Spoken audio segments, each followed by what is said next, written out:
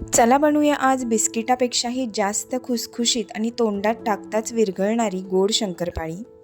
त्यासाठी इकडे एका पातेल्यात 1.5 वाटी साखर, 1 वाटी वितळलेलं तूप, 1 वाटी पाणी घेऊन हे मिश्रण आपल्याला साखर वितळेपर्यंत गरम करून घ्यायचं आहे। तयार मिश्रण कोमट झाल्यानंतर एका परातीमध्ये 7 वाटी मैदा घ्यायचा आहे।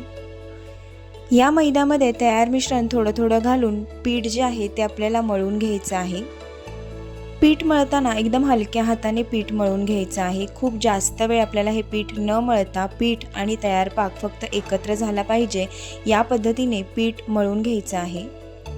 तयार पिठाचा लगेचच गोळा घेऊन व्हिडिओमध्ये दाखवल्याप्रमाणे लाटी लाटून आपल्याला शंकरपाळ्या पाडून घ्यायच्या आहेत। लाटी लाटताना थोडीशी जाडसरच ठेवायची आहे।